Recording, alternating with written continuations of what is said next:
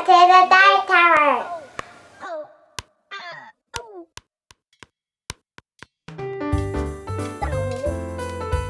And now, it's time for another Dice Tower review with Tom Vasel.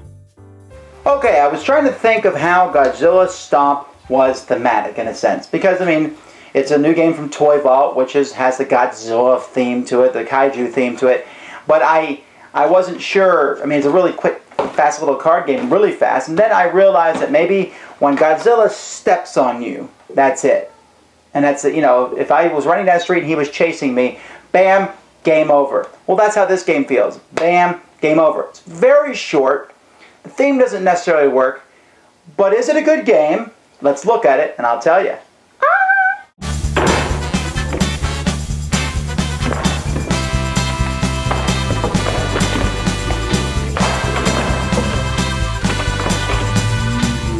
Up to 5 players each take a stack of cards that shows a monster of their choice. Like, for example, you could take Mothra here, and then you would get cards that are numbered from 1 to 5, and then Rampage card.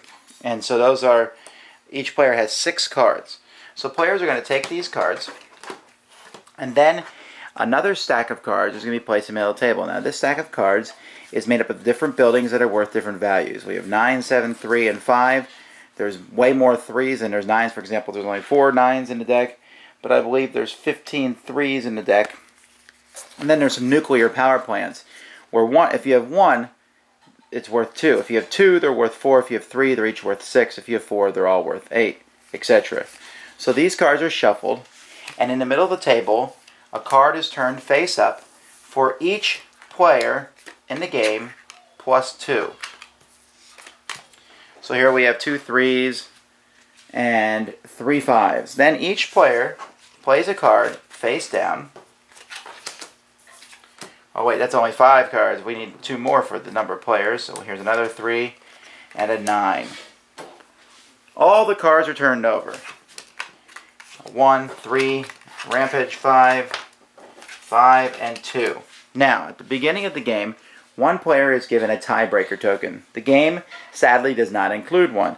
So we're just going to use this giant die. Let's say red has the die. Alright, the highest number is 5. And there are 2 5s that have been played. The yellow played a 5 and the blue card played a 5. However, yellow is closest to the tiebreaker die in a clockwise order. So he'll take the first card. So he takes the 9. Then blue gets second choice and takes a 5. Then the next number is red 2. They take a 5. And then purple takes a 5. The Rampage card goes last, but he gets all the remaining cards. Multiple Rampage cards means only one player will get all the cards, and they give each of the other Rampage players 1 card each. So you can see how it's excellent to know when to play your Rampage card because you're going to get a lot. Also, whoever played the lowest number, which in this instance was purple with the 1, gets the die or gets the tiebreaker token for next round.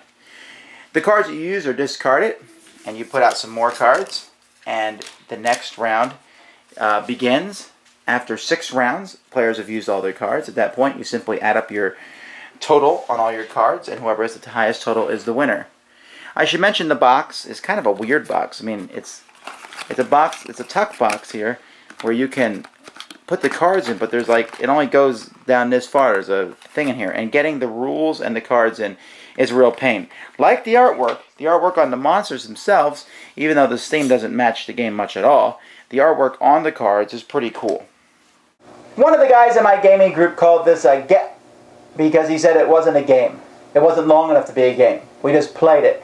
I'm surprised the rules don't have some kind of effect of you keep playing till someone scores 300 points or 200 points. That would make more sense because it's just really short. And it's better with multiple players than it is with just a couple players, I guess. It's okay. I don't mind it. I played games before where you're all playing a card and trying to grab stuff. It just felt like that's it. It's done and over. The themes, don't get me wrong. At least it's an original theme. I love the artwork. Great artwork. I like seeing the idea of different monsters smashing buildings. Whoever smashes the most buildings is the winner type idea. They could have put more different artwork on the building types. I would have made the 3, 5, 7s, and 9s look different buildings so that it'd be just easily recognizable and add just a bit more color to the game. As it is, hey, it's not a bad little filler. I'm actually probably going to keep mine just because it's interesting and I love the theme, but it's nothing great either. It's more just down the middle. Thanks for joining us today. For more written, audio, and video reviews, as well as the #1 board game podcast, check out the website at www.thedicetower.com. Until then, this is Eric Summerer, and you've been watching The Dice Tower.